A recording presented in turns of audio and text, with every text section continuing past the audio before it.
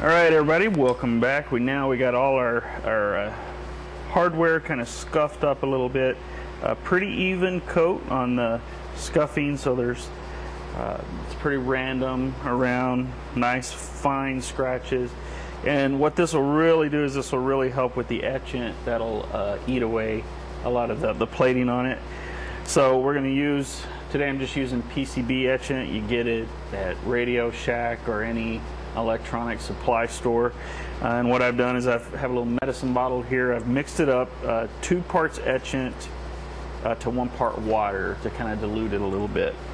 And we're going to use Q-tips to kind of smear it on. We're going to do the bigger parts first, and then I'll show you how we're going to do the smaller parts on it.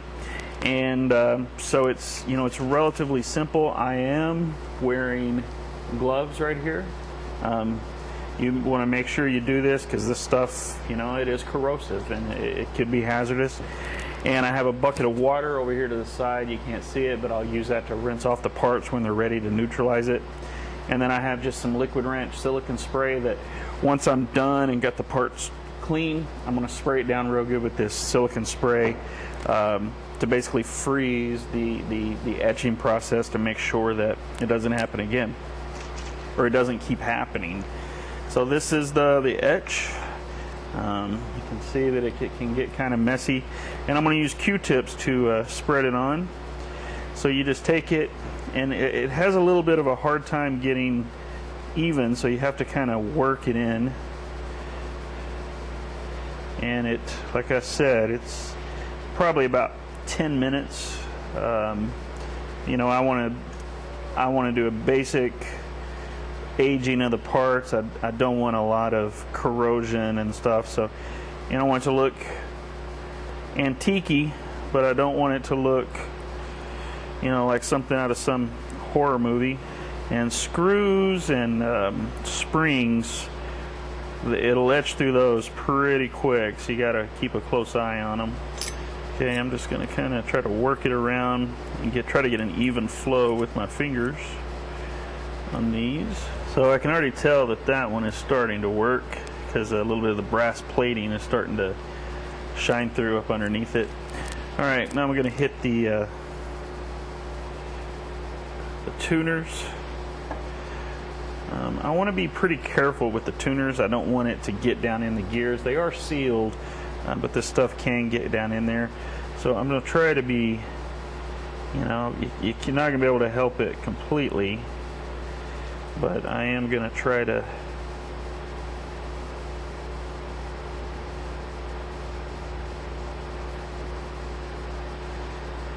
be careful with it.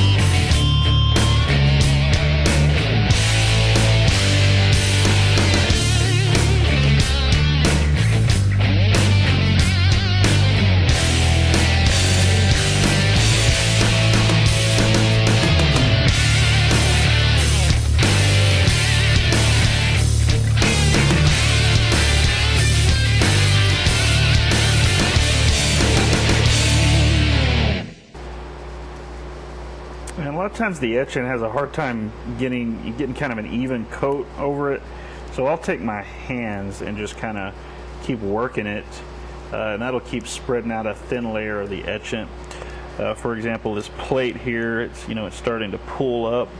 It is starting to eat away at different areas a little bit, but it's not super even, kind of like we want it to be. So I'm gonna just keep kind of working it in. You can see there's starting to already work on the screws there, and the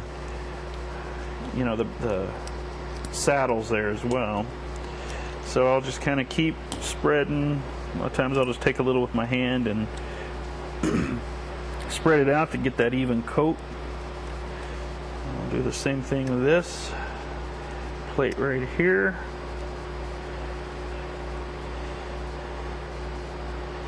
And yeah, that's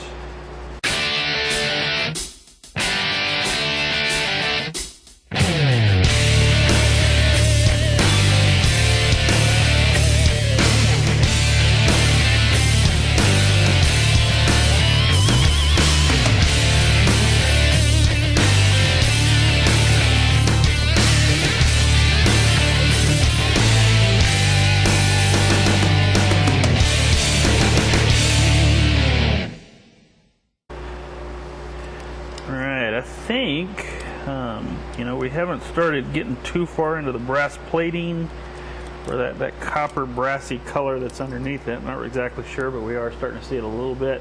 I'm gonna go ahead and rinse these off and just kind of get it cleaned up a little bit. This, you know, I think I could probably do a little bit more on this one, especially like in this area. It is starting to eat through a little bit, but you can still see a lot of the swirl marks from where I sanded it. So we're probably going to do this one a little bit more.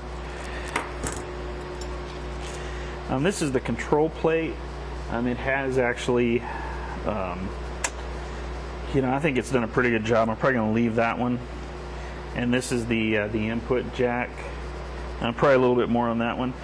These knobs, it is pretty. There's not much of the brass coming through, but I actually kind of like that tone, that tint, the way they are, kind of a faded. Just took a lot of the shine off, so I think I'm going to leave those. And then here's our tuning keys. These actually, that one looks really good. I like the way that one's turned out. And same thing with that one. And that one's really good. It's a nice dark color in the grooves there. Yeah, that one turned out pretty good. This one's pretty good too. Yeah, once again, that nice dark coloring in the logo there.